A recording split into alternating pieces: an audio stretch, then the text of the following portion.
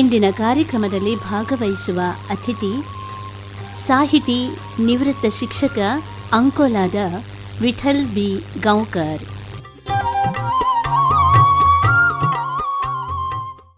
Vithal V Gaonkar ಅವರೇ ನಮಸ್ಕಾರ. ನಮಸ್ಕಾರ ಸರ್. ತಾವು ಶಿಕ್ಷಣ ಕ್ಷೇತ್ರದಲ್ಲಿ ದುಡಿದು ನಿವೃತ್ತರಾದಂಥವರು, ಜೊತೆಗೆ ಹವ್ಯಾಸವಾಗಿ ಸಾಹಿತ್ಯದಲ್ಲಿಯೂ ಕೂಡ ತೊಡಗಿಸಿಕೊಂಡಂಥವರು, ಬೇರೆ ಬೇರೆ ಸಾಹಿತ್ಯಿಕ ಚಟುವಟಿಕೆಗಳಲ್ಲಿ ನೀವು ತೊಡಗಿಸಿಕೊಂಡಂಥವರು. ನಿಮ್ಮ ವೃತ್ತಿ ಬದುಕಿನ ಬಗ್ಗೆ ಸಂಕ್ಷಿಪ್ತವಾಗಿ ಹೇಳಿ. ನಿಮ್ಮ ಹಿನ್ನೆಲೆ ಮತ್ತು ಶಿಕ್ಷಕರಾಗಿ ಎಲ್ಲೆಲ್ಲ ಕೆಲಸ ಮಾಡಿದ್ರಿ, ನಿಮ್ಮ ಅನುಭವ ಏನು? ನನ್ನ ಹುಟ್ಟೂರು ಅಂಕೋಲಾ, ತಂದೆ ವೆಂಕಣ್ಣ, ತಾಯಿ ಲಕ್ಷ್ಮಿ. ನನ್ನ ಹುಟ್ಟಿದ ನೆಲದ ಬಗ್ಗೆ ನಾನು ಒಂದು ಮಾತನ್ನು ಹೇಳ್ಕೊಡ್ಬೇಕಾಗ್ತದೆ. ಇಡೀ ಕರ್ನಾಟಕ ರಾಜ್ಯದಲ್ಲಿಯೇ ಕರ್ನಾಟಕದ ಬಾರ್ಡೋಲಿ ಅಂತ ಕರೀತಾರಲ್ಲ ಅಂಕೋಲಾ, ಅಂತಹ ಗಂಡು ಮೆಟ್ಟಿನ ನೆಲ ಅದು. ಚೌಕದಹಳ್ಳಿ ಆ ಪ್ರದೇಶದಲ್ಲಿ ಹುಟ್ಟಿ ಬೆಳೆದಂಥವ ನಾವೆಲ್ಲ. ಸ್ವಾತಂತ್ರ್ಯ ಬಂದ ಮೊದಲ ದಿನಗಳಲ್ಲಿ ಹುಟ್ಟಿದವರು. ಆ ದಿನಗಳ ಬದುಕು ಬವಣೆಗಳು, ಬೇಕು ಬೇಡಗಳು ಎಲ್ಲರಿಗೂ ಗೊತ್ತಿದ್ದದ್ದೇ ಆ ಕಾಲದಲ್ಲಿ ಬದುಕಿದವರಿಗೆ. ಆದರೆ ನಮ್ಮದೊಂದು ವಿಶಿಷ್ಟವಾದಂಥ ಒಂದು ನೆಲೆಯಲ್ಲಿ ನಾವು ಬಾಲ್ಯವನ್ನು ಕಳೆದ್ವಿ ಅಂತ ಹೇಳಬೇಕು. ಸ್ವಾತಂತ್ರ್ಯ ಸಂಗ್ರಾಮದ ಆಡಂಬರವಾದಂಥ ಆ ನೆಲದಲ್ಲಿ ನೈಸರ್ಗಿಕವಾಗಿಯೇ ನಮ್ಮ ಬದುಕಿನ ಚಿತ್ರಣವನ್ನು ನಾವು ಕಟ್ಕೊಳ್ತಾ ಹೋದದ್ದು. ಅದರ ಅರ್ಥ ಶಾಲಾ ಶಿಕ್ಷಣದಿಂದ ಆಗಲಿಲ್ಲ ಅಂಥೇಳಿ ಅಲ್ಲ. ನಮ್ಮ ಶಾಲೆಗಳು ಹಾಗೇ ಇದ್ದು. ನನ್ನ ಶಾಲೆ ಬಗ್ಗೆ ಹೇಳೋದಿದ್ರೆ, ನಾನು ಈಗ ಅದನ್ನು ಸರ್ಕಾರಿ ಮಾದರಿ ಹಿರಿಯ ಪ್ರಾಥಮಿಕ ಶಾಲೆ ಬಾಸ್ಕೂಡ ಅಂತ ಕರೀತಾರೆ. ಒಂದು ಕಾಲದಲ್ಲಿ ಅಂಕೋಲಾ ತಾಲೂಕಿನಲ್ಲಿ ಒಂದು 2ನೇ 3ನೇ ಶಾಲೆಯಾಗಿ ಪ್ರಾರಂಭ ಆದದ್ದು. ಆ ಶಾಲೆ ಹೇಗಿತ್ತು ಅಂತ ಹೇಳಿದ್ರೆ, ಈಗಿನ ಹೆಸರು ಇರಲಿಲ್ಲ ಅದಕ್ಕಿದ್ದ ಹೆಸರು ಏನು ಕೇಳಿದ್ರೆ ಜೀವನ ಶಿಕ್ಷಣ ಶಾಲೆ. ಮತ್ತೊಂದು ಹೆಸರಿಂದ ಕರಿತೀವಿ ಮೂಲೋದ್ಯೋಗ ಶಾಲೆ. ಇನ್ನೊಂದು ವಿಶೇಷ ಅಂತ ಹೇಳಿದರೆ ಅದಕ್ಕೆ 5 ಎಕರೆ ಜಮೀನಿತ್ತು. ಎಲ್ಲವನ್ನು ಕಲಿಸ್ತಾ ಇದ್ದು, ಕೃಷಿ ಚಟುವಟಿಕೆಗಳನ್ನು ಕಲಿಸ್ತಾ ಇದ್ದರು. ಯಾವ ನಮ್ಮ ರವೀಂದ್ರನಾಥ್ ಠಾಗೂರ್ ಅವರು ಹೇಳಿದ್ರಲ್ಲ, ಶಾಂತಿನಿಕೇತನ, ಶ್ರೀನಿಕೇತನ, ಆ ಶಿಕ್ಷಣದ ಮಾದರಿಗಳನ್ನೆಲ್ಲ ನಮಗೆ ಬಾಲ್ಯದಲ್ಲೇ ಕಟ್ಟಿಕೊಟ್ಟಂಥ ಒಂದು ಶಾಲೆ. ನಿಸರ್ಗ ಸಹಜವಾಗಿ ಅದನ್ನು ಕಲಿತಾ ಹೋದದ್ದು. ಆ ದೃಷ್ಟಿಯಿಂದ ನನ್ನ ಪ್ರಾಥಮಿಕ ಶಾಲೆಯ ಬಗ್ಗೆ ನನಗೆ ಇವತ್ತಿಗೂ ಹೆಮ್ಮೆ ಇದೆ. ಇನ್ನು ನನ್ನ ಪ್ರೌಢಶಾಲೆ ಬರೋದಾ, ಕರ್ನಾಟಕದ ಚುಟುಕು ಬ್ರಹ್ಮ ದಿನಕರ ದೇಸಾಯಿಯವರು ಕಟ್ಟಿ ಬೆಳೆಸಿದಂಥ ಈ ಕೆನರಾ ವ್ಯಾಲಿ ಟ್ರಸ್ಟಿನ ಮೊದಲ ಶಾಲೆ. ಅದಕ್ಕೂ ಹೆಸರಿದ್ದದ್ದು ಆವಾಗ ಏನು ಕೇಳಿದ್ರೆ ವಿವಿಧೋದ್ದೇಶ ಶಾಲೆ ಅಂತೇಳಿತ್ತು. ಭಾಳ ಇದು. ಆವಾಗ ನಮ್ಮಲ್ಲಿ 9ನೇ ಕ್ಲಾಸಿನಿಂದಲೇ ಕಲಾ ವಿಭಾಗ, ವಿಜ್ಞಾನ ವಿಭಾಗ, ವಿಶೇಷವಾಗಿ ಕೃಷಿ ಒಂದು 3 ಭಾಗ ಇತ್ತು 9ನೇ ಕ್ಲಾಸಿನಿಂದ. ಇಂಥದ್ದಿದ್ದದು 2 ಅಂತೆ. ಹೆಜಮಾಡಿಯಲ್ಲಿ ಒಂದಿತ್ತಂತೆ ಉಡುಪಿ ಜಿಲ್ಲೆಯಲ್ಲಿ. ಆ ಕಾಲದಲ್ಲಿ ದಕ್ಷಿಣ ಕನ್ನಡ ಜಿಲ್ಲೆ, ದಕ್ಷಿಣ ಕನ್ನಡ ಜಿಲ್ಲೆಯಲ್ಲಿ. ಅಲ್ಲಿ ನಾವು ಪಡೆದ ಅನುಭವ ಇದೆಯಲ್ಲ, ಯಾವ ಈ ಕೃಷಿ ವಿಶ್ವವಿದ್ಯಾಲಯವು ನಮಗೆ ಅದನ್ನು ಕೊಡಲಿಕ್ಕೆ ಸಾಧ್ಯತೆ ಇಲ್ಲ. ಅಂಥ ಶಿಕ್ಷಣವನ್ನು ನಮ್ಮ ಅಧ್ಯಾಪಕರು ಕೊಟ್ಟಿದ್ದಾರೆ. ಮುಂದೆ ಹೋದರೆ ನನ್ನ ಪದವಿ ಶಿಕ್ಷಣದ ಬಗ್ಗೆ ಹೇಳೋದಿದ್ರೆ, ದಿನಕರ ದೇಸಾಯಿ ಅವರು ಕಟ್ಟಿದ ಶಾಲೆ, ಕಾಲೇಜೇ ಗೋಖಲೆ ಸೆಂಡರಿ ಕಾಲೇಜು ತುಂಬಿ ತುಳುಕ್ತಾ ಇತ್ತು ಆ ಕಾಲದಲ್ಲಿ ನಾವು ಕಲಿಯುವಾಗ. ಅಲ್ಲಿ ನನ್ನ BA ಪದವಿ ಆಯಿತು. BA ಪದವಿ ಅಂಥ ದೊಡ್ಡ ಬುದ್ಧಿವಂತನಲ್ಲದೇ ಇದ್ದರೂ ಕನ್ನಡ ವಿಷಯದಲ್ಲಿ ನನಗೆ ಬಹಳವಾದಂಥ ಪ್ರೇಮ ಇತ್ತು. ನಾನು ಆಯ್ದುಕೊಂಡಂಥ ವಿಷಯಗಳು ಕನ್ನಡ, ಸಂಸ್ಕೃತ ಮತ್ತು ರಾಜನೀತಿಯಾಗಿತ್ತು. ವಿಶ್ವವಿದ್ಯಾಲಯ ಮಟ್ಟದಲ್ಲಿ ಆ ಕಾಲದಲ್ಲಿ 5ನೇ ರ್ಯಾಂಕನ್ನು ಪಡೆದು ನಾನು ಬಂದಿದ್ದೆ. ಆ ಕಾಲದ ಬೇಕುಗಳು ಏನಿದ್ವು, ನಮ್ಮ ಇದು ಈಗಿನ ಹಾಗೆ ಹಣ ಮಾಡೋದು, ವಿದೇಶಕ್ಕೆ ಹೋಗೋದು ಅಂಥ ಭಾವನೆಗಳೆಲ್ಲ ಆವಾಗ ತುಂಬಿಕೊಳ್ಳಿಲ್ಲ. ಒಟ್ಟಿನಲ್ಲಿ ನಮ್ಮ ಮೊದಲ ತಲೆಮಾರಿನವರು ಶಿಕ್ಷಣ ಪಡಿತಾ ಇದ್ವಿ.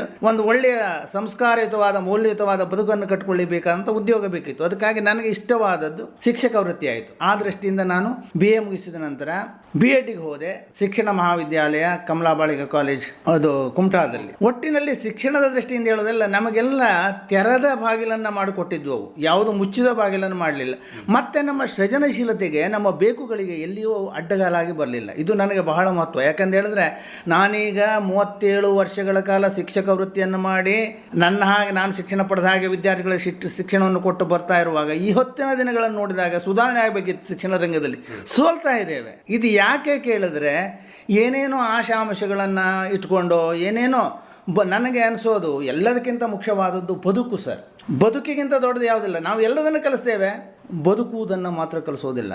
ಅದು ಕಲಿಸಿದ್ರೆ ಅಂಬರಕ್ಕೆ ಏಣಿ ಹಾಕುವ ಕೆಲಸವನ್ನೇ ಮಾಡ್ತಾ ಇದ್ದೇವೆ. ಇದು ಒಂದು ರೀತಿಯಾಗಿದೆ. ಆದ್ದರಿಂದ ನನ್ನ ಪ್ರಾಥಮಿಕ, ಮಾಧ್ಯಮಿಕ, ಕಾಲೇಜ್ ಶಿಕ್ಷಣ ಎಲ್ಲ ಒಳ್ಳೆಯದಾದ ಒಂದು ಸಂಸ್ಕಾರವನ್ನು ಕೊಟ್ಟಿದೆ. ನಾನೊಬ್ಬ ಒಳ್ಳೆಯ ಮನುಷ್ಯನಾಗಲಿಕ್ಕೆ ಸಾಧ್ಯ ಆಗಿದೆ ಅಂತ ಹೇಳೋದು ನನ್ನ ಅಭಿಪ್ರಾಯ. ಮುಂದಿನ ಹಂತ ಹೇಳಿ, ಈಗ ವೃತ್ತಿ ಜೀವನದ ಬಗ್ಗೆ. ವಿದ್ಯಾರ್ಥಿ ಜೀವನದಲ್ಲಿ ಶಿಕ್ಷಕ ವೃತ್ತಿಯನ್ನು ಬಹಳ ಮೆಚ್ಚಿಕೊಂಡವ. ಗುರುವಿಗಿಂತ ದೊಡ್ಡದಾದವರು ಯಾರೂ ಇಲ್ಲ ಈ ಪ್ರಪಂಚದಲ್ಲಿ. ಅಂದರೆ ನಾನು ಗುರುವಾಗಿಬಿಡ್ಬೇಕಂತ ಹೇಳಿ ಅರ್ಥ ಅಲ್ಲ. ಗುರು ಅನ್ನೋದು ಜ್ಞಾನ ದೊಡ್ಡದು ಈ ಅರ್ಥದಲ್ಲಿ. ಮತ್ತು ನನಗೆ ಇಷ್ಟವಾದಂಥ ಒಂದು ಅದು ಇದಾಯಿತು. ಬಾಲ್ಯದಿಂದಲೇ ನಾವು ಆ ಮಾತುಗಾರಿಕೆಯಲ್ಲಾಗಲಿ ಅಥವಾ ಸಂವಹನದಲ್ಲಾಗಲಿ ನಮ್ಮ ಅಧ್ಯಾಪಕರು ನಮ್ಗೆ ಆದರ್ಶ ಆಗಿದ್ರು. ಇವತ್ತಿಗೂ ಪ್ರಾಥಮಿಕ ಶಾಲೆಯಲ್ಲಿ ಕಲಿಸಿದಂಥ ಜಟ್ಟಪ್ಪ ಮಾಸ್ಟರ್ ಅಂತವರು ಅಥವಾ PM ಹೈಸ್ಕೂಲ್ನಲ್ಲಿ ಕಲಿಸಿದಂಥ ನನ್ನ ಎಲ್ಲ ಸೈನ್ಸ್ ಮಾಸ್ಟರ್ಗಳ ಬಗ್ಗೆ ಹೇಳ್ತೇನೆ, ಅವರು ಸಮೇತ ಅಂತಹದ್ದೇ ಆದರ್ಶವನ್ನು ಇಟ್ಕೊಂಡವರು. ಎಲ್ಲಕ್ಕಿಂತ ಹೆಚ್ಚಾಗಿ ನನ್ನ ಕನ್ನಡ ಮಾಸ್ಟ್ರು ಉಚ್ಚಿಲದವರಾಗಿದ್ದರು, ರಾಜಗೋಪಾಲಾಚಾರ್ಯ ಅಂತ ಹೇಳಿ. ಅವರಿಂದಾಗಿ ಇವತ್ತು ನಾನು ಸಾಹಿತ್ಯದ ಮುಖಗಳನ್ನು ಚೆನ್ನಾಗಿ ಆ ದಿನಗಳಲ್ಲಿ ಕಂಡುಕೊಂಡಿದ್ದೆ. ಆ ನಂತರ ಬಂದರೆ ನನ್ನ ಜೋಶಿ ಅವರು, VA ಜೋಶಿ, ಪ್ರೊಫೆಸರ್ MP ಭಟ್ರು, ಇವರೆಲ್ಲ ಹೆಸರುಗಳಲ್ಲ, ಇವು ಒಂದು ವಿಧ ಸೃಜನಶೀಲತೆಯ ಕಿಡಿಗಳು ಅಂತ ಹೇಳ್ಬೋದು ವಿದ್ಯಾರ್ಥಿಗಳಲ್ಲಿ ಅಥವಾ ಯೋಜನಾಂಗದಲ್ಲಿ ಅಂಥದ್ದನ್ನು ಹುಟ್ಟಿಸಿದವರು ಅಂತ. ಆವಾಗ ನಾನೇನು ಮಾಡಿದೆ, ಇನ್ನು 85 ಕಿಲೋಮೀಟರ್ ದೂರ ಆಗ್ತದಲ್ಲ, ಗೌರ್ಮೆಂಟಿಗೆ ಬರಬೇಕು ಅಂತ ಗೌರ್ಮೆಂಟಿಗೆ ಹಾಕಿದೆ. ಆ ಕಾಲದಲ್ಲಿ ನಾವು ಬಂಟ್ವಾಳ ಆಚೆಯವರು ಒಬ್ಬರು, ನಾನೊಬ್ಬರು PSC ಇಂದ ಇಬ್ಬರೇ ಗೌರ್ಮೆಂಟ್ನಲ್ಲಿ ಸೆಲೆಕ್ಟ್ ಆಗಿ ನಾನು ಇದಕ್ಕೆ ಬಂದೆ, ಮೂಳೂರಿಗೆ ಬಂದೆ. ಕಡೆಗೆ ಮಣೂರಿಗೆ ಬಂದದ್ದು ಒಂದು ನನ್ನ ಜೀವನದ ಒಂದು ಬದಲಾವಣೆಯ ಕಾಲ. ಅದಕ್ಕೆ ಬರಲಿಕ್ಕೆ ಕಾರಣ ಕಡಲ ತಡಿಯ ಭಾರ್ಗವ ಶಿವರಾಮ. ಯಾಕೆ ಕೇಳಿದ್ರೆ ರಾಮಕೃಷ್ಣ ಹೆಗಡೆ ಅವರ ಕಾಲ ಅದು. ಆವಾಗ ಇವರು ಶಾಲೆಯೆಲ್ಲ ಓಪನ್ ಮಾಡಿಬಿಟ್ರು. ಬೇಕಲ್ಲ ಸ್ವಾತಂತ್ರ್ಯ ಮತ್ತು ಮೊದಲನೆಗಳು ಸಾಕ್ಷರತೆ ತರಬೇಕಂತೇಳಿ ಮಾಸ್ಟರ್ಗಳನ್ನೇ ಕೊಡಲಿಲ್ಲ. ಕಾರಾಂತರ ಒಂದು ಪತ್ರ ಬರೆದ್ರು, ನೋಡ್ರಪ್ಪ ನೀವು ಶಾಲೆ ತೆರೀತೀರಿ ಹೆಗಡೆ ಅವರೇ, ಅಧ್ಯಾಪಕರಿಲ್ಲದೆ ಮಕ್ಕಳಿಗೆ ಎಂಥ ಅಂದರೆ 2 ವರ್ಷ ಆದರೂ ಇಲ್ಲ. 82ರಲ್ಲಿ ಶುರುವಾಗಿದೆ, 85ರಲ್ಲಿ ಒಂದೇ ಸವನ 8-10 ಮಾಸ್ಟರ್ಗಳನ್ನು ರಾಮಕೃಷ್ಣ ಹೆಗಡೆ ಅವರು ಹೇಳಿದರು, ಕಾರ್ಯದರ್ಶಿಗೆ ಬರೆದಿದ್ದೇನೆ, ನಿಮ್ಮ ಅಪೇಕ್ಷೆ ಪ್ರಕಾರವಾಗಿ ನೀವು ಹೇಳಿದ ಅಧ್ಯಾಪಕರನ್ನು ಅಲ್ಲಿಗೆ ತಕ್ಷಣದಿಂದ ವರ್ಗಾಯಿಸುವಂತೆ ಮಾಡಿ. ಆ ಕಡೆ ಡಿಸೆಂಬರ್ನಲ್ಲಿ ಆರ್ಡರ್ ಕೊಟ್ಟರು, ನಾನು ಬಂದೆ. ಅದು ಒಂಥರದ ಅದ್ಭುತವಾದ ಸ್ಥಳ ಅದು. ಯಾಕೆ ಕೇಳಿದ್ರೆ ಕೋಟವೇ ಅದ್ಭುತ ನಮ್ಮ ಇದರಲ್ಲಿ, ಅದರ ಅಂಚಿರುವವರು ಎಲ್ಲರೂ ಅದ್ಭುತವೇ. ಯಾಕಂದರೆ ಸೃಜನಶೀಲತೆ ಇದೆ. ಈ ಕಾರಣದಿಂದ ಮಣೂರಿನಲ್ಲಿ ಒಂದು ಶಾಲೆ ಪ್ರಾರಂಭ ಆಯಿತು. ಶಾಲೆ ಪ್ರಾರಂಭ ಆದದ್ದು 82ರಲ್ಲಿ, ನಾನು ಬಂದದ್ದು 85. ಅಲ್ಲಿ ಬಂದವ ಸುದೀರ್ಘ 27 ವರ್ಷಗಳ ಕಾಲ ಅಲ್ಲೇ ಇದ್ದೆ. ಅಲ್ಲಿ ಏನಾದೆ ಕೇಳಿದರೆ ಸಹಾಯಕ ಶಿಕ್ಷಕನಾಗಿ ಹೋದವ, ಕನ್ನಡ ಭಾಷಾ ಶಿಕ್ಷಕನಾಗಿ, ಹೆಡ್ ಮಾಸ್ಟರ್ ಆದೆ, ಸಹಾಯಕ ಶಿಕ್ಷಣಾಧಿಕಾರಿ ಆದೆ. ಎಲ್ಲಕ್ಕಿಂತ ಅಂತ ಹೇಳಿದ್ರೆ ಅಲ್ಲಿಯ ಕೆಲಸ ಅಂದರೆ 95ರಲ್ಲಿ ನಾನು ಹುಟ್ಟಿದ್ದು 1952ರಲ್ಲಿ. ನನ್ನ 43-44ನೇ ವಯಸ್ಸಿಗೆ ಕರ್ನಾಟಕ ಸರ್ಕಾರ ನನಗೆ ರಾಜ್ಯ ಶಿಕ್ಷಕ ಪ್ರಶಸ್ತಿಯನ್ನು ಕೊಡ್ತು. ಅದಕ್ಕೂ ಮೊದಲು ಜಿಲ್ಲಾ ಪ್ರಶಸ್ತಿ ಅವಿಭಜಿತ ದಕ್ಷಿಣ ಜಿಲ್ಲೆ 92ರಲ್ಲಿ ಸಿಕ್ತು, 93ರಲ್ಲಿ ವೈಜ್ಞಾನಿಕ ಸಂಶೋಧನೆಗಾಗಿ ಸಿಕ್ತು. ಹೀಗೆ ಬೇರೆ ಬೇರೆ ಪ್ರಶಸ್ತಿಗಳು ಬಂದು ಅಲ್ಲೇ ನಾನು ಉಳ್ಕೊಂಡೆ. ಅಲ್ಲೇ ಆ ಸಂದರ್ಭದಲ್ಲಿ ನಮ್ಮ ಹೆಡ್ ಮಾಸ್ಟರ್ಗೆ ಪ್ರಮೋಷನ್ ಆಯಿತು, ನನ್ನನ್ನಲ್ಲೇ ತಂದರು. ಹೀಗೆಲ್ಲ ಆಗಿ ಒಟ್ಟಿನಲ್ಲಿ ಮಣೂರು ನನ್ನನ್ನು ಬೆಳೆಸಿದ ಊರು. ಆ ಜನ ಈಗ ವಿದ್ಯಾರ್ಥಿಗಳಲ್ಲಿ ಈ ಒಂದು ಸೃಜನಶೀಲತೆಯನ್ನು ಹುಟ್ಟು ಹಾಕುವಂತಹದ್ದು, ಬೆಳೆಸುವಂತಹದ್ದು ಹೇಗೆ ಅಂತ? ವಿಶೇಷವಾಗಿ ನಾವು ಅಧ್ಯಾಪಕರಾದವರು ಆದರ್ಶ ಆಗಬೇಕು. ಸೃಜನಶೀಲತೆ ಅಂತ ಹೇಳಿದ್ರೆ ನೇರವಾಗಿ ನಾನು ಮಕ್ಕಳಿಗೆ ಬೋಧನೆ ಮಾಡೋದು, ನಾನು ಪಾಠದ ಅವಧಿಗೆ ಸರಿ ಹೋಗದೇ ಇರೋದು, ಶಾಲೆಗೆ ಸರಿ ಬಾರದೇ ಇರೋದು, ಹೀಗೆ ಆದರೆ ಅವರು ಏನನ್ನೂ ಕಲಿಯೋದಿಲ್ಲ. ಯಾಕಂದರೆ ನಮ್ಮನ್ನು ಅವರು ಅನುಸರಿಸ್ತಾರೆ. ಸೃಜನಶೀಲತೆ ಅಂದರೆ ನಾವೇ ಆಗಿರ್ತವೆ, ಯಥಾ ರಾಜ ತಥಾ ಪ್ರಜಾ, ಗುರುವಿನಂತೆ ಶಿಷ್ಯ. ನಾವು ಅದನ್ನು ಮಾಡಿ ನಾನು ಹೇಳ್ತಿದ್ದೆ, ಈಗಲೂ ನನ್ನ ನೆನಪಿದೆ. ಒಂದು ಪಿರಿಯಡನ್ನು ಬಿಟ್ಟರೆ SLC ಮಕ್ಕಳಿಗೆ ಹೇಳ್ತಾ ಇದ್ದೆ, ಎಲ್ಲಾರು ರಿಸೋರ್ಸ್ ಆಗಿ ಹೋದಾಗ, ಅದನ್ನು ಬರೆದಿಟ್ಕೊಳ್ಳಿ ಮಾರ, ಯಾವ ದಿವಸ ಹೇಳಿ ಬಿಟ್ಟಿದ್ದೆ ನಾನು ಇನ್ನೊಂದು ಪಿರಿಯಡನ್ನು ತುಂಬಿ ಕೊಡ್ತೇನೆ ಅಂತೇಳಿ. ಇದು ಒಂದು. ಮತ್ತು ಹೊಸದನ್ನು ಮಾಡಬೇಕಾಗತ್ತೆ. ಈಗ ನಮ್ಮಲ್ಲಿ ಏನೇ ಸಂವಹನ, ಈಗ ನಾನು ಇದ್ದಂಥ ಸ್ಥಳದು ಮೊಗವೀರರು, ಸಾಮಾನ್ಯವಾಗಿ ಹಿಂದೂರು ಎಲ್ಲರೂ ಇದ್ದರು, ಬ್ರಾಹ್ಮಿನ್ಸ್ ಎಲ್ಲ ಇದ್ದರು, ಇಲ್ಲ ಅಂತ ಹೇಳಿಲ್ಲ.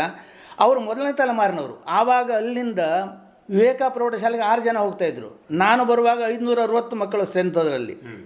ಅವರಿಗೆ ಈ ಏನು ಕೀಳರಿಮೆ ಇದೆಯಲ್ಲ, ನಾವು ಇದಿಲ್ಲ. ಮತ್ತು ನಮ್ಮ ಪರಿಸರದ ಸ್ಥಿತಿಯೂ ಹಾಗಿದೆ. ನಾನು ಬಂದೆ, ನಾನು ನನ್ನ ಕೆಳಗಿನವರನ್ನು ದೂರೋದು, ಮೇಲಿನವರು ನಮ್ಮನ್ನು ದೂರೋದು, ಈ ಪರಿಸ್ಥಿತಿ ಇದೆ. ಅದನ್ನು ಹೋಗಲಾಡಿಸುವುದು ನನ್ನ ಮೂಲ ಉದ್ದೇಶ ಆಗಿತ್ತು.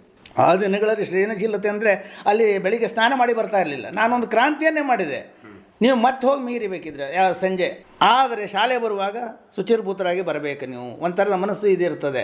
ಅದನ್ನು ಪಾಲಿಸಿದರು. ಮತ್ತು ಆ ದಿನಗಳಲ್ಲಿ ಅಲ್ಲಿ ಗುಮ್ಮಿ ನೀರುಗಳನ್ನೆಲ್ಲ ಕುಡಿತಾ ಇದ್ದರು. ಯಾಕೆಂದರೆ ಬಾವಿಗಳೇ ಇರಲಿಲ್ಲ. ನಾನು ಅವ್ರಿಗೆ ಒಂದು ಸಲಹೆ ಕೊಟ್ಟೆ, ಏನಂತ ಹೇಳಿದ್ರೆ 1-2 ಕೊಡನಾದರೂ ಬೇರೆ ಇಂತಂದು ಕೊಡಿರಿ. ಯಾಕಂದರೆ ಆ ಕಾಲದಲ್ಲಿ ಈ ಭೇದ ಭಾವಗಳನ್ನು ಎಣಿಸುವುದು ಈ ಗುಣಗಳಿಂದಾಗಿ. ಮನುಷ್ಯನಲ್ಲಿ ಮತ್ತೆ ಭೇದ ಭಾವ ಎಣಿಸ್ಲಿಕ್ಕೆ ಮತ್ತೇನಿಲ್ಲ, ಎಲ್ಲ ಅಂಗಾಂಗಗಳು ಸರಿ ಇರ್ತವೆ, ಎಲ್ಲವುಗಳು ಇರ್ತವೆ, ಮತ್ತೇನಿಲ್ಲ. ಅದನ್ನೆಲ್ಲ ಮಾಡಿದಾಗ ಇತ್ತು. ಆದರೆ ನಮಗೆ ಒಂದು ಏನಿತ್ತು ಕೇಳಿದ್ರೆ, ಆ ಊರಿನ ಜನರು ನಾವೇನು ಹೇಳಿದ್ವೋ ಅದು ಅವರಿಗೆ ವೇದವಾಕ್ಯ ಆಯ್ತು. ನಾವು ನಿಜವಾದ ಗುರುಗಳಾಗಿ ಕಂಡ್ವಿ ಅಂತ ನನಗನ್ನಿಸ್ತಾ ಇದೆ. ಅಷ್ಟು ನನಗೆ ಕೊಟ್ಟಿದ್ದಾರೆ ಅವರು. ನಾನು ಮುಸ್ತಿ ಕೊಟ್ಟರೆ ಅವರು ಮುಡಿ ಕೊಟ್ಟಿದ್ದಾರೆ. ಯಾಕೆಂದರೆ 27 ವರ್ಷಗಳ ಕಾಲ ನಾನು ರಿಟೈರ್ಡ್ ಆಗುವಾಗ ಆ ಮಾಡಿದ ನನ್ನ ಇದು ಸನ್ಮಾನ, ಮತ್ತು ನನಗೂ ಸರ್ಕಾರವು ಭಾಳ ಒಳ್ಳೆಯದು ಮಾಡಿದೆ, ಇಲಾಖೆಗಳು ಒಳ್ಳೇದು ಮಾಡಿದೆ ಅನ್ನೋಂಥ ಮಾತನ್ನು ಹೇಳಲಿಕ್ಕೆ ಇಷ್ಟಪಡ್ತೇನೆ. ಈಗ ಇದು ವೃತ್ತಿ ಶಿಕ್ಷಣದ ಜೊತೆಗೆ ನೀವು ಸಾಹಿತ್ಯ ಚಟುವಟಿಕೆಯಲ್ಲಿ ಕೂಡ ತೊಡಗಿಸಿಕೊಂಡವರು. ನಿಮಗೆ ಈ ಸಾಹಿತ್ಯ ಚಟುವಟಿಕೆಗೆ ಪೂರಕವಾದಂತಹ ಓದು ಹೇಗಿತ್ತು? ನೀವು ಯಾವ ಪುಸ್ತಕಗಳನ್ನು ಆಯ್ಕೆ ಮಾಡಿಕೊಂಡು ಓದ್ತಾ ಇದ್ರಿ? ಓದು ಹೇಗೆ ಮುಂದುವರಿಯಿತು? ಭಾಳ ಚೆನ್ನಾದ ನನ್ನ ಮೇಲೆ ಇಟ್ಟ ಪ್ರಶ್ನೆ ನೀವು. ಯಾಕೆ ಕೇಳಿದ್ರೆ, ನಾನು ಸಾಹಿತಿ ಎನ್ನುವುದನ್ನು ಕಿಂತ ನಾನೊಬ್ಬ ಒಳ್ಳೆಯ ಶಿಕ್ಷಕನಾಗಬೇಕಂತ ಬಯಸಿದಂತಹದ್ದು.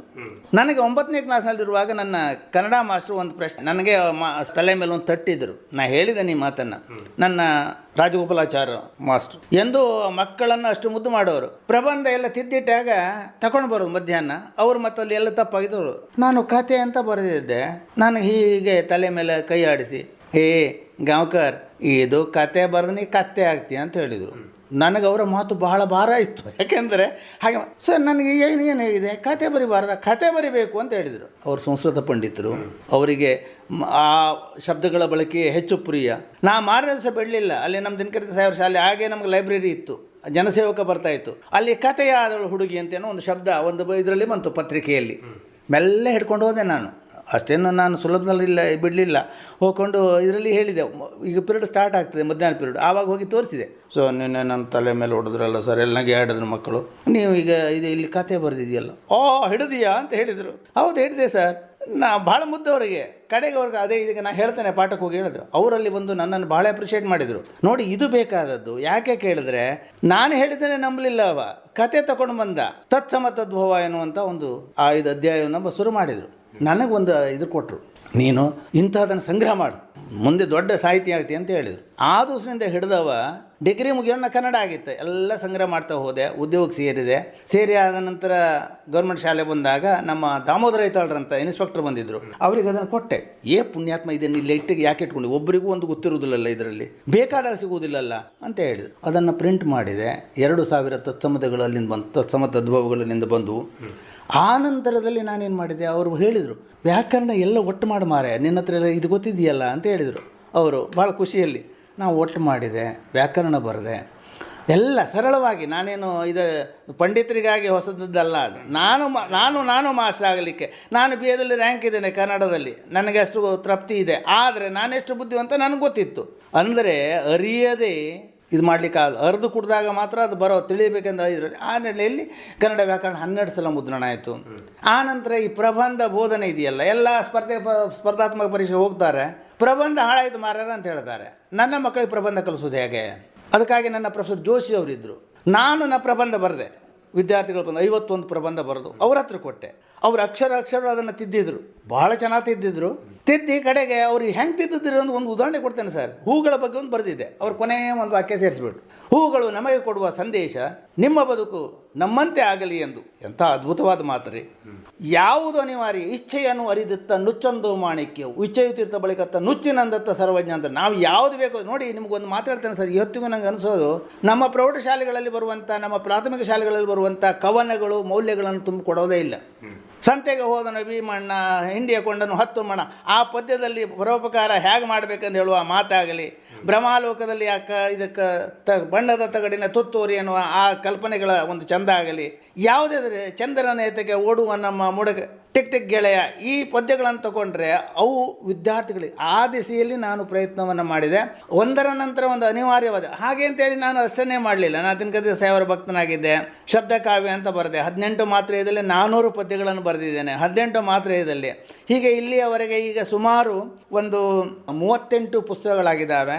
38 ಪುಸ್ತಕಗಳಲ್ಲಿ ಎಲ್ಲ ಸೇರಿ 80 ಮುದ್ರಣಗಳಾಗಿದ್ದಾವೆ. ಅವುಗಳ ಈಗ ಉದಾಹರಣೆಗೆ ಭಾಷೆ ಮತ್ತು ಸಾಹಿತ್ಯಕ್ಕೆ ಸಂಬಂಧಪಟ್ಟಂತೆ ವ್ಯಾಕರಣ, ಕನ್ನಡ ಛಂದಸ್ಸು ಅಲಂಕಾರ, ಪ್ರತ್ಯರ್ಥ ಪದ ಪ್ರಯೋಗ, ನುಡಿಗಟ್ಟು ನುಡಿಗುಟ್ಟು 1,500. ನಾನು ಸುಮುಖಾನಂದರು ಕೂಡಿ ಅದು ತಿದ್ದುಕೊಟ್ರು ಪಾಪ.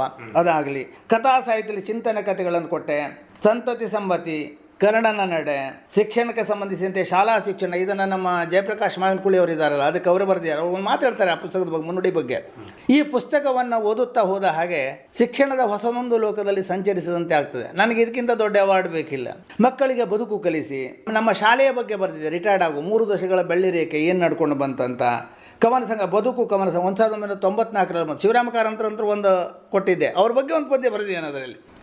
ಚಂದ ಯಾವ ಸರಿ ಕೇಳಿದರು, ಸರ್ ಎರಡೂ ಸರಿ ಇದೆಯಲ್ಲ ಸರ್. ಎಲ್ಲಿ ಹೇಳಿದರು? ನಿಮ್ಮ ಶಬ್ದಕೋಶದಲ್ಲೇ ಇದೆಯಲ್ಲ ಅಂತ ಹೇಳಿದೆ. ಅಂದರೆ ನಾವು ಅದನ್ನು ನೋಡಿದರೆ ಎದೆ ತಟ್ಟಿ ಹೇಳ್ಬೋದು, ನೋಡದೇ ಇದ್ದರೆ ನಾನು ಆಕರ ಗ್ರಂಥಗಳನ್ನು ರೆಫರ್ ಮಾಡೋದ್ರಲ್ಲೇ ನನ್ನ ಬದುಕಿನ ಹೆಚ್ಚು ಹೋಯ್ತು. ಯಾಕೆ ನುಡಿಗಟ್ಟುಗಳ ಬಗ್ಗೆ ಆಗಲಿ ಅಥವಾ ಛಂದಸ್ಸಿನ ಬಗ್ಗೆ ಆಗಲಿ ಅಥವಾ ಪ್ರತ್ಯರ್ಥ ಪದ ಪ್ರಯೋಗ. ಈ ವೆಂಕಟಸುಬ್ಬಯ್ಯನವರು ಒಂದು ಮಾತು ಹೇಳಿದರು, ಅಪ್ಪನಿಗೆ ಅಮ್ಮ ವಿರುದ್ಧ ಶಬ್ದ ಬರಿ ಅಂತ ಹೇಳ್ತಿದ್ರು ಪ್ರಾಥಮಿಕ ಶಾಲೆಗಳಲ್ಲಿ. ಅವರು ಒಂದ್ಸಲ ಬರೆದ್ರು ಯುವ ಕನ್ನಡದಲ್ಲಿ, ಇದು ಸರಿ ಅಲ್ಲ, ಇದನ್ನು ಅಧ್ಯಾಪಕರು ಮತ್ತು ಸಂಘ ಸಂಸ್ಥೆಗಳು ಸರಿ ಮಾಡಬೇಕಂತ. ಅದು ಏನಿದ್ರು ಪ್ರತ್ಯರ್ಥ ಅಲ್ಲ, ಅದು ವಿರುದ್ಧ ಪದ, ಪ್ರತ್ಯರ್ಥ ಪದ ಪ್ರಯೋಗ. ಪ್ರತಿಯಾಗಿ ಅರ್ಥ ಕೊಡುವ ಪದಗಳನ್ನು ಮಿಥ್ಯ, ತಥ್ಯ, ಸತ್ಯ, ಸುಳ್ಳು ಹೀಗೆ ಬರ್ತದಲ್ಲ, ಒಂದಕ್ಕೆ ಎಷ್ಟು ಬರಬಹುದು, ಅದು ಪ್ರಾಸಬದ್ಧವಾಗಿ ಬರ್ತದೆ. ಅಂಥದ್ದನ್ನು ಮಾಡಿದೆ. ಅದಕ್ಕೆ ಮೂಡುಬಿದಿರೆಯಲ್ಲಿ ನಡೆದಂಥ ಕನ್ನಡ ಸಾಹಿತ್ಯ ಸಮ್ಮೇಳನದಲ್ಲಿ ಅನುದಾನ ಸಿಕ್ತು. ಅದು ಪ್ರಯೋಜನ ಆಗಲಿ ಅಂತ ನನ್ನ ಉದ್ದೇಶ. ಹೀಗೆ ಆ ನಂತರದಲ್ಲಿ ಬಂದಂಥದ್ದು ಪ್ರಬಂಧ ಪರಿಸರ ಪ್ರಬಂಧಗಳು, 10 ಪ್ರಬಂಧಗಳು. ಇನ್ನು ಎಲ್ಲಕ್ಕಿಂತ ನನಗೆ ಇಷ್ಟವಾದದ್ದಂದರೆ ಮಾಡಿದ ಕೆಲಸ ಗಾದೆಗಳ ಮೇಲೆ. ಗಾದೆಗಳ ಮೇಲೆ ಸರ್, ಮಕ್ಕಳನ್ನು ಯಾವ ರೀತಿ ತೊಡಗಿಸಬೇಕು ಸಾಹಿತ್ಯದಲ್ಲಿ, ಇದು ನನ್ನ ದೊಡ್ಡ ಸಮಸ್ಯೆ ಆದದ್ದು. ಪಾಠದ ಕೋಣೆಗೆ ಹೋದೆ. ನನ್ನ ವಿದ್ಯಾರ್ಥಿಗಳಿಗೆ ಪ್ರತಿನಿತ್ಯ ಸೇವೆಯ ಆರಂಭದಿಂದ 5 ನಿಮಿಷ ಒಬ್ಬ ವಿದ್ಯಾರ್ಥಿಗೆ, ಯಾವ ವಿದ್ಯಾರ್ಥಿಗೆ ಹಾಜರಿ ನಂಬರಿನ ಪ್ರಕಾರ ಅವರಿಗೆ ಸೃಜನಶೀಲತೆ ಬೆಳೀಬೇಕು, ನಾಯಕತ್ವ ಗುಣ ಬೆಳೀಬೇಕು, ಪ್ರಪಂಚವನ್ನು ತೆರೆದು ನೋಡುವ ಕಣ್ಣು ಬೆಳೀಬೇಕು, ಪ್ರತಿಯೊಂದು ವಿಷಯವಲ್ಲದ ಬಗ್ಗೂ ಚಿಂತನೆ ಮಾಡೋದು. ಅದಕ್ಕಾಗಿ ನಾನು ಹೇಳ್ತೇನೆ, ನೀವು ಒಂದು ಏನಾದರೂ ತನ್ನಿ, ನಿಮ್ಮ ಮನೇಲಿ ಪರಮಾನ ಮಾಡಿದ್ದಾರೆ, ಬಂದು ಹೇಳಯ್ಯ, ಮಾರಸ್ ಬಂದು ಬರೋ ಏನೇನು ಹಾಕಿದ್ದದನ್ನಾರು ಹೇಳಿ ನನಗೆ. ಬೇಡ, ನಿಮ್ಮ ಮನೇಲಿ ದನ ಕರ ಹಾಕಿದೆ ಅದ್ರ ಬಗ್ಗೆ ಒಂದಿಷ್ಟು ಮಾತಾಡು. ಕಡೆಗೆ ಅವರು ಭಾಳ ನನ್ನ ಸತಾಯಿಸಲಿ ಶುರು ಮಾಡಿದರು. ಏನೂ ಸಿಗೋದಿಲ್ಲ ಸರ್. ಅವಾಗ ನಾನೇ ಒಂದು ಪ್ಲ್ಯಾನ್ ಮಾಡಿದೆ, ಉಪಾಯ ಮಾಡಿದೆ. 365 ಗಾದೆಗಳ ಪುಸ್ತಕವನ್ನು ಮಾಡಿದೆ, ದಿನಕ್ಕೊಂದು ಗಾದೆಗಳು ಅಂತೇಳಿ. ಅದು ಇಷ್ಟು ಇದಾಯ್ತಲ್ಲ, 14 ಮುದ್ರಣ ಆಗಿದೆ. ಆ ನಂತರದಲ್ಲಿ 636 ಗಾದೆಗಳಿಗೆ ವ್ಯಾಖ್ಯಾನ ಮಾಡಿದೆ. ನಮ್ಮ ಶ್ರೀಪಾದ್ ಶೆಟ್ಟರು ತಿದ್ದುಕೊಟ್ಟಿದ್ದಾರೆ. ಅವರನ್ನೆಲ್ಲ ಸ್ಮರಿಸಬೇಕು. ನಾನು ಮಾಡಿದೆ ಅನ್ನೋದಕ್ಕಿಂತ ಅವ್ರದ್ದೆಲ್ಲ ಸಹಕಾರ ಕೈ ಜೋಡಿಸಿದ್ದಾರೆ. ಅದು ಬಹಳವಾಗಿ ಜನಪ್ರಿಯತೆಯನ್ನು ಗಳಿಸಿತು. ಇತ್ತೀಚೆಗೆ ನಾವು ಒಂದು ಹೊಸ ಪ್ರಯೋಗ ಮಾಡಿದೆ. ಚೌಪದಿಯಲ್ಲಿ 4ನೇ ಪಾದವನ್ನು ಗಾದೆಗಳನ್ನು ಇಟ್ಟದ್ದು. ಅದು ಇಷ್ಟು ಇದಾಯ್ತಲ್ಲ. NR ನಾಯಕರು ಒಂದು ಮಾತು ಹೇಳಿದರು, ಇಂಥದ್ದು ಕನ್ನಡ ಸಾಹಿತ್ಯದಲ್ಲಿ ಹೊಸದು ಮಾರಾಯ ಅಂತ ಹೇಳಿದರು. ಅಷ್ಟೇ ಹೇಳಿದರು, ಮತ್ತೇನು ಹೆಚ್ಚು ನನ್ನನ್ನು ಹೊಗಳಿಲ್ಲ. ಕಡೆಗೆ ಇತ್ತೀಚೆಗೆ ಬೆಳಗಾವಿ ಚುಟುಕು ಸಾಹಿತ್ಯ ಪರಿಷತ್ ಅವರು ರಾಜ್ಯ ಮಟ್ಟದ ಚುಟುಕು ಕೃತಿಗಳ ಇದನ್ನು ಮಾಡಿದರು, ಸ್ಪರ್ಧೆಯನ್ನು ಮಾಡಿದರು. ಆವಾಗ ಒಂದು ಕಾಸರಗೋಡಿನವ್ರಿಗೆ ಹೋಯಿತು 1ನೇ ಬಹುಮಾನ, 2ನೇದು ನನ್ನ ಅವಳ ನುಡಿದಂಡೆಗೆ ಬಂತು. ನನಗೆ ಆಶ್ಚರ್ಯ ಆದದ್ದು, ಅವ್ರು ಹೇಳಿದ್ರು ಒಂದು ಹೊಸ ಪ್ರಯೋಗ. ಮತ್ತು ಮೌಲ್ಯಗಳನ್ನು ಹೇಗೆ ಕೊಡಲಿಕ್ಕೆ ಸಾಧ್ಯ ಆಗ್ತದೆ ಅದರ ಬಗ್ಗೆ ನಮ್ಮ ಚಿಂತನೆ ಹೆಚ್ಚಿರಬೇಕು. ಬರೀ ಏನೋ ಆಡಂಬರಗಳು, ತೋರಿಕೆಗಳು, ಇವುಗಳಿಂದ ಏನೋ ಪ್ರಯೋಜನ ಇಲ್ಲ ಅಂತ ಹೇಳುವಂಥದ್ದು ನನ್ನ ಅನಿಸಿಕೆ. ವಿಠಲ್ ಗಾಂವ್ಕರ್ ಅವರೇ, ಸಾಹಿತ್ಯ ಸೃಜನೆ ಎಷ್ಟು ಮುಖ್ಯವೋ ಅದನ್ನು ಯಾರಿಗೆ ತಲುಪಿಸಬೇಕು ಅವರಿಗೆ ತಲುಪಿಸುವಂಥದ್ದು ಕೂಡ ಮುಖ್ಯವಾಗ್ತದೆ. ಜೊತೆಗೆ ಓದುಗರ ಒಂದು ಆಸಕ್ತಿ ಮತ್ತು ಅವರ ಒಂದು ಅರ್ಹತೆ ಹೇಗಿರಬೇಕು ಅಂತ. ಈಗ ಎಷ್ಟೋ ಸಾರಿ ನಾವು ಮಾಧ್ಯಮಗಳ ಗಲಾಟೆ ನೋಡ್ತಾ ಇರ್ತೀವಿ. ಆಂಗ್ಲ ಮಾಧ್ಯಮದಲ್ಲಿ ಓದುವವರಿಗೆ ಕಾರಂತರು, ಕುವೆಂಪರು ಅಪ್ರಸ್ತುತರಾಗ್ತಾರೆ ಅಂತ ಹೇಳಿ, ಅವರಿಗೆ ಅವರ ಬಗ್ಗೆ ಪರಿಚಯವೇ ಇಲ್ಲ, ಅವರ ಸಾಹಿತ್ಯದ ಬಗ್ಗೆ ಏನೂ ಗೊತ್ತೇ ಇಲ್ಲ. ಈ ಹಿನ್ನೆಲೆಯಲ್ಲಿ ಸಾಹಿತ್ಯ ಜನರನ್ನು ತಲುಪುವುದು ಹೇಗೆ? ಒಂದು ವಿಧ ಅಂತ ಹೇಳಿದರೆ, ಸಾಹಿತ್ಯ ತಲುಪಬೇಕಂತ ಹೇಳಿದ್ರೆ ಒಂದು ಜ್ಞಾನವನ್ನು ಕೊಡಬೇಕು, ಆನಂದವನ್ನು ಕೊಡಬೇಕು. ಮತ್ತೆ ಇನ್ನೇನಾಗಿದೆ ಕೇಳಿದ್ರೆ, ನಾವು ಆ ಕಾಲದ ಸಾಹಿತ್ಯ ರಚನೆಗಳಿಗೂ ಈ ಕಾಲದ ಸಾಹಿತ್ಯ ರಚನೆಗಳಿಗೂ ಬದಲಾವಣೆ ಆಗಿದೆ. ಅದನ್ನು ನಾನು ನಿಮ್ಗೆ ಹೇಳಬೇಕಾಗಿಲ್ಲ, ಪತ್ರಿಕೆಗಳಲ್ಲಿ ಬರೋದು. ಈಗ ನೋಡಿ, ಮೊದಲು ತೆಗೆದು ಕೂಡಲೇ ಆ ಚುಟುಕು ಇದು ಬರ್ತದೆ, ಎಂಥ ಸಣ್ಣ ಬರಹಗಳು ಬರ್ತಾವೆ. ಮತ್ತು ಈಗ ಏನಾಗಿದೆ ಕೇಳಿದ್ರೆ, ಒಂದು ಕಾಲದಲ್ಲಿ ಯಾವುದೋ 1 ಆಣೆ ಕನ್ನಡವೋ ಪುಸ್ತಕವೋ 2 ಆಣೆ ಪುಸ್ತಕವೋ ಒಂದಿದೆ, ಈಗ ಅವರ ಕೈಯಲ್ಲೇ ಸಿಗ್ತಾ ಇದೆ. ಯಾವುದು? ಮೊಬೈಲ್ಸ್ನಲ್ಲಿ ಸಿಗ್ತಾ ಇದೆ. ಮೊಬೈಲ್ ಬಳಸೋದು ಒಳ್ಳೆಯದಂತ ನಾನು ಹೇಳಲಿಲ್ಲ, ಅನಿವಾರ್ಯತೆ ಇದ್ದು ಬಳಸಲೇಬೇಕು. ನಾವು ಬದಲಾದ ಕಾಲಕ್ಕೆ ಹೊಂದಿಕೊಳ್ಳಲೇಬೇಕು. ಆದರೆ ನನಗನಿಸಿದ ಮಟ್ಟಿಗೆ ಶಾಲಾ ಶಿಕ್ಷಣದಲ್ಲಿ ಸಾಹಿತ್ಯದ ತಿಳಿವು, ಒಲವು, ನಿಲುವುಗಳ ಬಗ್ಗೆ ಸರಿಯಾದ ಕಲ್ಪನೆಯನ್ನು ಮಾಡಿಕೊಡ್ತಾನೇ ಇಲ್ಲ. ಈಗ ನೋಡಿ, ನಾನು 8ನೇ ಕ್ಲಾಸಿನಲ್ಲಿ ಕಲ್ತದ್ದು ಬೇಡ SLC, ಚಾಗದ ಭೋಗದ ಅಕ್ಕರದ ಗೇಯದ ಗೊಟ್ಟಿ ಎಲ್ಲ ಪಿನಿಂಪುಗಳಿಗಾಗರ ಮಾದ. ಒಂದು ಮಗು ಹೇಳಿ, ಈಗಿನ ಮಗು ಬರೋದಿಲ್ಲ. ನಮ್ಮ ಕಲಿಸುವ ಬದಲಾವಣೆ ಏನಾಗಿದೆ ಕೇಳಿ, ಮಾರ್ಗ ತೆಗಿಲಿಕ್ಕೆ ಕಲಿಸ್ತಾ ಇದ್ದೇವೆ, ಜ್ಞಾನಕ್ಕೆ ಕಲಿಸೋದಿಲ್ಲ ನಾವು, ಅಥವಾ ಮೌಲ್ಯಗಳಿಗಾಗಿ ಕಲಿಸೋದಿಲ್ಲ. ಈಗ ನೆನೆಯದಿರಣ್ಣ ಪೆರನಾರು ನೆನೊಡೆ ತದೇಕ ಚಿತ್ತದಿಂ ಕರ್ಣನಂ ನೆನೆ. ಈ ಮಾತು ಇವತ್ತು ಯಾರಲ್ಲಿ ಹೇಳ್ತಾ ಇದ್ರೆ ನಾವು ಒಂದು ಸಲ ನೆಗೆದು ನೋಡ್ತೇವೆ, ಓದಪ್ಪ ಅವನು.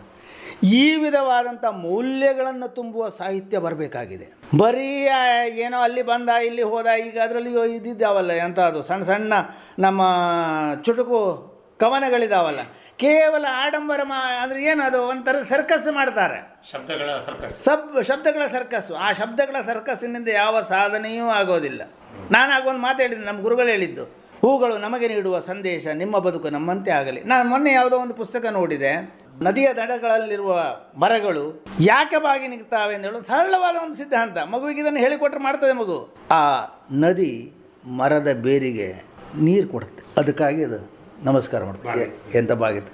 ಈ ತತ್ವವನ್ನು ಮಾಡಿದರೆ ನಾವು ಯಾರಿಂದ ಪ್ರಯೋಜನ ಪಡ್ಕೊಳ್ತೇವೋ ಅವರಿಂದ ನಾವೇನು ಮಾಡ್ಬೋದಾಗಿದೆ, ಅವರು ಅದನ್ನು ಪಡ್ಕೊಳ್ಳಿಕ್ಕೆ, ಆ ಮೌಲ್ಯವನ್ನು ಇಟ್ಕೊಳ್ಳಿಕ್ಕೆ ಸಾಧ್ಯ ಆಗ್ತದೆ.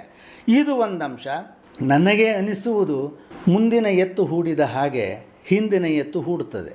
ಇವತ್ತು ನನ್ನ ಮನೆಯಲ್ಲಿ ಒಂದಿಷ್ಟು ಪುಸ್ತಕ ಇದೆ, ನನ್ನ ವಿದ್ಯಾರ್ಥಿಗಳ ಮನೆಯಲ್ಲಿಯೂ ಕೆಲವು ಪುಸ್ತಕ ಇದೆ. ನಾನು ಅವ್ರಿಗೆ ಹೇಳಿದ್ದೆ, ಯಾಕೆ ಕೇಳಿದ್ರೆ ಕೆಲವು ಸಂದರ್ಭಗಳಲ್ಲಿ ಈ ಮದ್ಯ ಇದೆಲ್ಲ ಇದೆಯಾ ಕುಡಿತಾರಲ್ಲ, ಕುಡಿತ ಚಟಗಳ ಬಗ್ಗೆ ಹೋದಲ್ಲಿಯೋ ನನಗೆ ಕೆಲವು ಭಾಳ ಚೆಂದ ಅವಾರ್ಜಿನ ಸಿನಿಮಾಗಳು ಹೋದಲ್ಲಿ ನಾನು ಕೆಲವು ಹೇಳಿಕೆಗಳನ್ನು ಕೊಟ್ಟಾಗ ಅವ್ರ ಮನಸ್ಸು ಕುಡಿದು ಬಿಟ್ಟದ್ದು ಇದೆ. ಅಂದರೆ ಹೇಳಬೇಕು, ಎಲ್ಲಿ ತಟ್ಟಬೇಕೋ ಅಲ್ಲಿ ಆ ಅಂಶಗಳಿಗೆ ಪೆಟ್ಕೊಳ್ಳಿ. ನಾವೇನು ಮಾಡ್ತೇವೆ, ಹುಷಾರು ಒಂದಿಷ್ಟು ಹೇಳಿ ನಮ್ಮ ಕೆಲಸ ನಾವು ಮುಗಿಸ್ತೇವೆ. ಇದರಿಂದ ಯಾವ ಪ್ರಯೋಜನ ಅವರ ಮನಸ್ಸಿಗೆ ನಾಟುವ ಹಾಗೆ ತಟ್ಟುವ ಹಾಗೆ ಸಾಹಿತ್ಯದ ಎಳೆಗಳನ್ನು. ಈಗ ಬೇಡ, ನಿಮಗೊಂದು ಮಾತು ಹೇಳ್ತೇನೆ ಸರ್, ನಾನು ಮಾಡಿದ ಆ ಒಂದು ಪ್ರಯೋಗ ಎಷ್ಟೋ ಜನ ಮಾಡಿದ್ದಾರೆ, ನಾನು ಬರೆದು ಕೂಡಲೇ ದಿನಕ್ಕೊಂದು ಗಾದೆಗಳನ್ನು ಹೇಳೋದಿದ್ರೆ, ಬೇಡ ಒಂದು ವ್ಯಕ್ತಿ ಚಿತ್ರಣವನ್ನು ತರೋದಿದ್ದರೆ ಅದೊಂದು ಕೆಲಸ ಕೊಟ್ಟಾಗಲಿಲ್ವ, ಮಗು ಹುಡುಕೋದಿಲ್ವ? ನಾವು ಅದನ್ನು ಮಾಡೋದಿಲ್ಲ. ನಾವು ನಾಡ್ದು ಪರೀಕ್ಷೆ ಇದೆ, ನೀನು ಹೆಚ್ಚು ಮಾರ್ಕ್ ತೆಗಿಬೇಕು, ಇಷ್ಟು ಪ್ರಶ್ನೆ ಬರ್ತದೆ. ಸರ್, ಈಗ ವಿದ್ಯಾರ್ಥಿಗಳ ಒಂದು ಸಂಪೂರ್ಣ ಅಥವಾ ಪೂರ್ಣ ಬೆಳವಣಿಗೆ ಆಗಬೇಕಿದ್ರೆ ಒಂದಷ್ಟು ಹವ್ಯಾಸಗಳು ಕೂಡ ಬೇಕು ಅಂತ ಹೇಳಿ, ಒಳ್ಳೆಯ ಹವ್ಯಾಸಗಳು ಬೇಕು ಅಂತ ಹೇಳಿ. ಕೆಲವರು ನೃತ್ಯದ ಬಗ್ಗೆ ಆಸಕ್ತಿ ತೋರಿಸ್ಬೋದು, ಕೆಲವರು ಕಲೆಯ ಬಗ್ಗೆ ಸಹ ಆಸಕ್ತಿ ತೋರಿಸಬಹುದು. ಹಾಗೆಯೇ ಆಂಗ್ಲ ಮಾಧ್ಯಮ ವಿದ್ಯಾರ್ಥಿಗಳು ಕೂಡ ಓದನ್ನು ಒಂದು ಹವ್ಯಾಸವಾಗಿ ಯಾಕೆ ಇಟ್ಕೊಳ್ಳೋದಿಲ್ಲ? ಅಲ್ಲ, ಅವ್ರಿಗೆ ಏನು ಮಾಡಿದ್ದೇವೆ ಅಂದರೆ ಸರ್, ನಾವೀಗ ಗಾಣಕ್ಕೆ ಕಟ್ಟಿದ ಎತ್ತಿನ ಹಾಗೆ ಇಷ್ಟೇ. ಇದು ನೋಡಿ, ನಾವು ಎಲ್ಲಿ ತಪ್ಪಿದ್ದೇವೆ ಅಂದರೆ, ಕಲಿಕೆ ಎನ್ನುವುದು ಎಲ್ಲಕ್ಕಿಂತ ಬದುಕಿನಲ್ಲಿ ದೊಡ್ಡದು ಯಾವುದು? ಜೀವನ ಶಿಕ್ಷಣ, ಬದುಕಿನ ಶಿಕ್ಷಣ. ಆ ಬದುಕಿನ ಶಿಕ್ಷಣ ಈಗ ನೋಡಿ, ಹಳ್ಳಿಗಳಲ್ಲಿ ಕಲಿತ ಮಕ್ಕಳು ಒಂದು ಹಂತಕ್ಕೆ ಹೋಗಿ ಇಂಗ್ಲೀಷನ್ನು ರೂಢಿಸ್ಕೊಂಡ ಮೇಲೆ ಇವರನ್ನೆಲ್ಲ ಹಿಂದೆ ಹಾಕಿಬಿಡ್ತಾರೆ. ಅವರು ಕೆಲವೊಮ್ಮೆ ಬಲ್ಲವರಿಂದ ಕಲಿತು, ಕೆಲವೊಮ್ಮೆ ಶಾಸ್ತ್ರಗಳನ್ನು ಕೇಳಿದ, ಕೆಲವೊಮ್ಮೆ ಮಾಳ್ಪವರಿಂದ ಕಂಡು, ಕೆಲವೊಮ್ಮೆ ಸುಜ್ಞಾನ ಸಿಂಗದಿಂದ ಅರಿಯಲ್ ನರನು ಸರ್ವಜ್ಞಪ್ಪ, ಅವರು ಸರ್ವಜ್ಞರಾಗ್ತಾ ಇದ್ದಾರೆ. ಇವರು ನಾವೆಲ್ಲ ಕಳಿಸ್ಕೊಟ್ಟಿದ್ದೇವಲ್ಲ, ಯಾವುದು ಆಚೆ ಚಾಕಿ. ಇದು ದೊಡ್ಡ ಸಮಸ್ಯೆ. ಅದಕ್ಕಾಗಿ ಬದುಕೆನ್ನುವುದೇ ಸಾಹಿತ್ಯ, ಅದರ ಎಲ್ಲ ಮುಖಗಳನ್ನು ನೋಡ್ಲಿಕ್ಕೆ ಹೇಳಬೇಕು, ತಿಳಿಸ್ಕೊಳ್ಳಿ. ಮತ್ತೊಂದು ನಿಮಗೊಂದು ಹೇಳ್ತೇನೆ, ನನ್ನ ಶಾಲೆಯಲ್ಲಿ ಕಲಿತವರು ಈಗ ದಾಖಲೆಗಳಾಗಿದೆ, ನಾನು ಕಲಿತದ್ದು ಅಂಥದ್ದೇ. ಮಣೂರು ಪಡುಕರೆಯಲ್ಲಿ ಬೇಕಷ್ಟು ಬೆಳೆ, ಇದನ್ನು ತರಕಾರಿ ಬೆಳೆಗಳನ್ನು ನಾನು ಬೆಳೆದೆ. ಅವ್ರು ಏನು ಮಾಡ್ತಾರೆ, ಅವರೇ ಗೊಬ್ಬರ ಬರ್ತಿದ್ರು, ಯಾವುದಾದ್ರು ಒಂದು ಚಿಲ್ಲರೆ ಹಾಕೊಂಡು ಬನ್ನಿ ಅಂತೇಳಿ ಅವ್ರ ಮನೆಗಳಲ್ಲಿ ಹೋಗಿ ನಡ್ತಿದ್ರು. ಅಲ್ಲಿ ಶಾಲೆಯಲ್ಲಿ ಹಾಕಿದ್ದ ಏನು ಅದು ಇತ್ತು, ಕೆಲವು ಕಡೆಗಳಲ್ಲಿ ಸರ್ಕಾರಿ ಶಾಲೆಗಳಲ್ಲಿ ಇರಲಿಲ್ಲ. ಅದನ್ನು ನಾನು ನಿವೃತ್ತರಾಗುವಾಗ ಬಂದಂಥ ಅಧಿಕಾರಿಗಳೆಲ್ಲ ಬಹಳ ಇದು ಮಾಡಿದ್ದಾರೆ, ಈಗೂ ನಡೆಸ್ತಾ ಇದ್ದಾರೆ, ಈಗೂ ಕೆಲವರು ಮಾಡ್ತಾರೆ. ಅಂದರೆ ದಾರಿ ತೋರುವವರು ಒಬ್ಬರು ಬೇಕು ಮುಂದೆ, ಅದಿಲ್ಲದಿದ್ದರೆ ಆಗೋದಿಲ್ಲ. ಈ ಆಂಗ್ಲ ಮಾಧ್ಯಮ ವಿದ್ಯಾರ್ಥಿಗಳು ಎಲ್ಲಿಂದ ಬಂದವರಲ್ಲ, ಇಲ್ಲಿಂದ ಬಂದವರು. ಅವರನ್ನು ನಾವು ಏನು ಮಾಡಿದ್ದೇವೆ, ಹಾಳು ಮಾಡಿದ್ದೇವೆ. ಹಾಳಂದು ಹೇಳೋದಲ್ಲ, ಮಾರ್ಗ ಬದಲಿಸಿದ್ದೇವೆ. ಅವರಿಗೆ ಇಂಗ್ಲೀಷ್ ಕಲಿಬೇಡಿ ಅಂತ ಯಾರೂ ಹೇಳೋದಿಲ್ಲ. ಇಂಗ್ಲೀಷು ಕಲಿಬೇಕು, ಬದುಕನ್ನು ನೋಡಿ, ದಾರಿಯಲ್ಲಿ ಹೋಗುವಾಗ ಒಂದು ದನದ ಕರ ಹೆಣ್ಣು ಗಂಡು ಅಂತ ಗೊತ್ತಿಲ್ಲದಿದ್ದರೆ ಅವನ PhD ಪದವಿ ಎಂಥದಕ್ಕೆ ಮಾರೋದು? ಸರಿ, ವಿಠಲ್ ಗಾಂವ್ಕರ್ ಅವರೇ, ಇನ್ನು ಕೊನೆಯ ಒಂದು ಪ್ರಮುಖವಾದಂತಹ ಪ್ರಶ್ನೆ. ಈ ಸಾಹಿತ್ಯ ಚಟುವಟಿಕೆಯಲ್ಲಿ ತೊಡಗಿಸಿಕೊಂಡವರು ಸಾಹಿತ್ಯ ಸಮ್ಮೇಳನಕ್ಕೂ ಕೂಡ ಪಾಲ್ಗೊಳ್ಳುವಂಥದ್ದು ನಾವು ನೋಡ್ತಾ ಇರ್ತೀವಿ. ಸಾಹಿತ್ಯ ಸಮ್ಮೇಳನಗಳ ಒಂದು ಸಂಘಟನೆ ಮತ್ತು ಅದರ ಉದ್ದೇಶವನ್ನು ಮುಟ್ತಾ ಇದೆಯೋ ಇಲ್ವೋ ಅಂತ? ಸರ್, ಸಾಹಿತ್ಯ ಸಮ್ಮೇಳನಗಳ ಉದ್ದೇಶ ಎಷ್ಟರ ಮಟ್ಟಿಗೆ ಮುಟ್ತದೆ ಅನ್ನೋದೊಂದು ಚಂದವಾದ ಭಾಗ ಆಗ್ಬೋದು. ಮುಟ್ಟುವುದಿಲ್ಲ ಅಂತ ಹೇಳಿಲ್ಲ. ನಮ್ಮನ್ನು ನಾವು ನೋಡಿಕೊಳ್ಳಿಕ್ಕೆ, ನಮ್ಮನ್ನು ನಾವು ತೆರೆದುಕೊಳ್ಳಿಕ್ಕೆ ಅಲ್ಲಿ ಏನಿಲ್ಲದೆ ಇದ್ದರೂ ಒಳ್ಳೆಯದಾದ ಕೆಲವು ಕೆಲಸಗಳು ನಡೀತಾ ಇದ್ದಾವೆ. ಮತ್ತು ನೀನು ಹನುಮ ಅಂತ ಹೇಳಿ ಅವನಿಗೆ ತಿಳಿಸಿಕೊಟ್ಟಾಗಲೇ ಈಗ ನಮ್ಮನ್ನೆಲ್ಲ ಒಂದರಷ್ಟಿಯಲ್ಲಿ ನನಗೆ ನನ್ನ 40-42 ವರ್ಷದಲ್ಲಿ ಅವಾರ್ಡ್ಗಳನ್ನು ಕೊಟ್ಟದ್ರಿಂದ ನನಗೆ ಭಾಳ ಕಷ್ಟ ಆಯಿತು ಸರ್. ಇವತ್ತಿನವರೆಗೂ ನಾನು ಬರಿತಾ ಇರಬೇಕಾಯಿತು. ಇದು ಬೇಡ, ಬರೀದಿದ್ರೆ ಆಗೋದಿಲ್ಲ ಅಂತ ಕೇಳ್ತಾರೆ ಯಾರು ಸಿಕ್ಕಿದವರು. ಈಗೇನು ಬರೆದಿದ್ಯಪ್ಪ? ನಾನು ಆವಾಗಲೇ ಹೇಳಿದ್ದೇನೆ, ನಂದು ಆಕರ ಗ್ರಂಥಗಳಿಗೆ, ವಿದ್ಯಾರ್ಥಿಗಳಿಗೆ, ಜೀವನಕ್ಕೆ ಬೇಕಾದಂಥ. ಆದುದರಿಂದ ಈ ಸಾಹಿತ್ಯ ಸಮ್ಮೇಳನಗಳು ಒಂದು ವಿಧವಾದಂಥ ನಮ್ಮನ್ನು ನಾವು ನೋಡಿಕೊಳ್ಳಿಕ್ಕೆ. ನಾನು ಕೇಳೋದು, ಒಟ್ಟು ಸಾಹಿತ್ಯದ ವಿಮರ್ಶೆಯನ್ನು ಮಾಡಿಕೊಳ್ಳೋದು ಎಲ್ಲಿ? ಆ ಪರಿಸರದಲ್ಲಿದ್ದಂಥ ಸಾಹಿತ್ಯಗಳನ್ನು ಗುರುತಿಸೋದು ಯಾವಾಗ? ಉತ್ತಮ ಕೃತಿಗಳನ್ನು ತೋರ್ಪಡಿಸೋದು ಯಾವಾಗ? ಅದರ ಬಗ್ಗೆ ಜಿಜ್ಞಾಸೆ ನಡೆಯೋದು ಯಾವಾಗ? ಅಲ್ಲಿ ಏನಾಗಿದೆ ಕೇಳಿದ್ರೆ ಎಲ್ಲ 50ರ ಮೇರವ್ರು ಹೋಗಿ ಕೂತ್ಕೋತಾರಲ್ಲಿ. ಅಲ್ಲಿ ಏನಾಗಬೇಕು ನನ್ನ ಕೇಳಿದರೆ, ನಮ್ಮ ಉಡುಪಿ ಜಿಲ್ಲೆಯಲ್ಲಿ ಮಾಡಿದ್ದಾರೆ, ಅಲ್ಲಿ ಶಾಲೆಗಳಿಗೆ ಹೋಗಿ ನಾವು ಸಾಹಿತ್ಯದ ಇದನ್ನು ಕೊಟ್ಟಿದ್ದೇವೆ.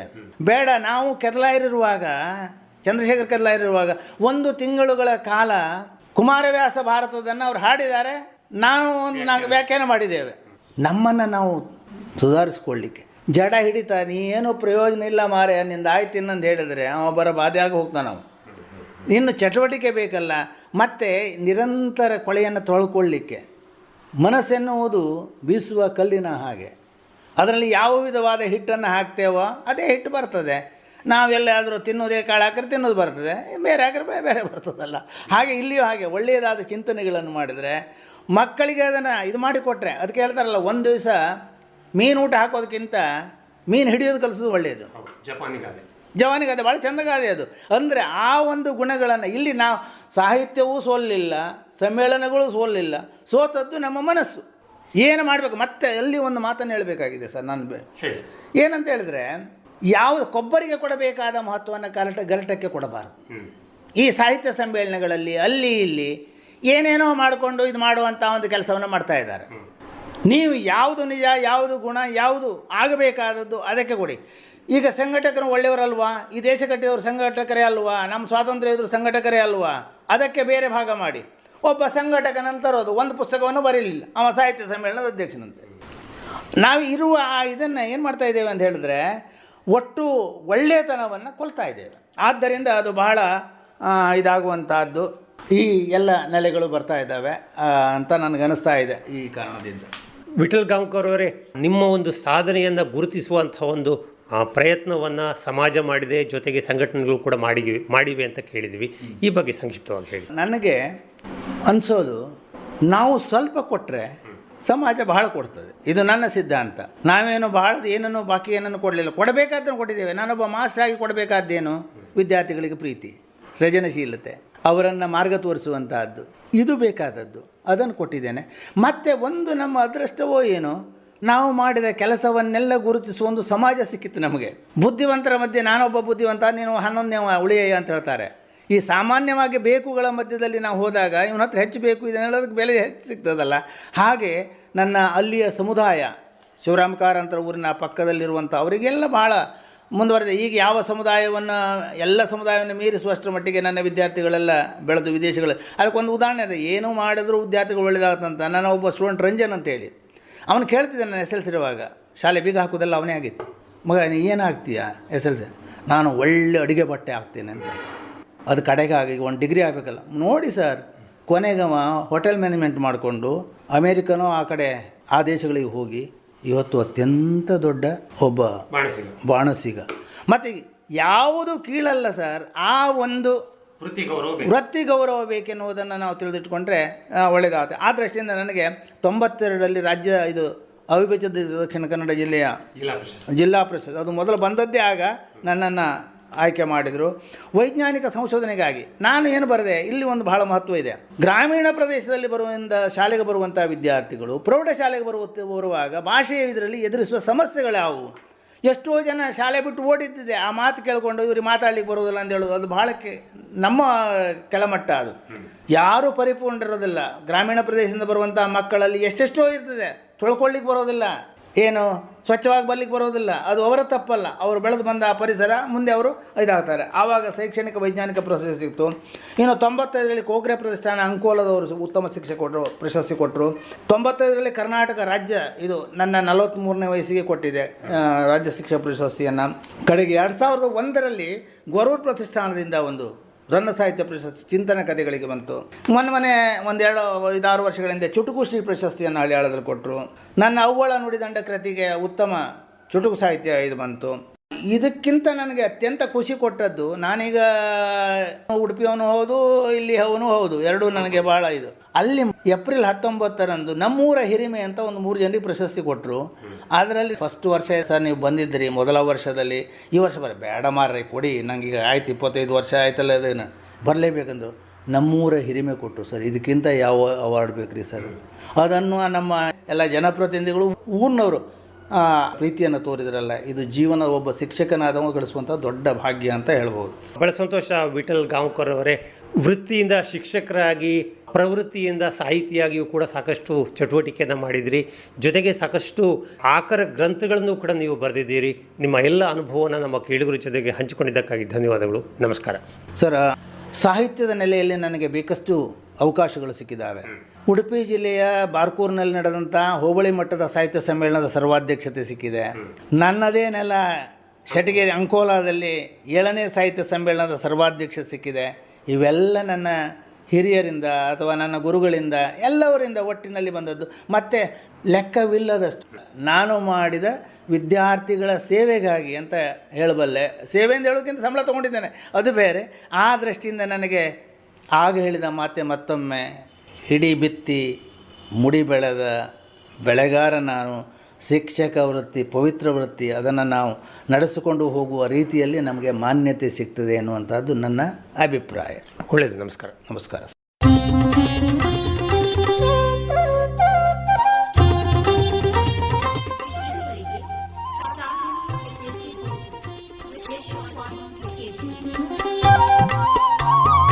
ಇಂದಿನ ಕಾರ್ಯಕ್ರಮದಲ್ಲಿ ಭಾಗವಹಿಸಿದ ಅತಿಥಿ ಸಾಹಿತಿ, ನಿವೃತ್ತ ಶಿಕ್ಷಕ, ಅಂಕೋಲಾದ ವಿಠಲ್ ವಿ ಗೌಕರ್.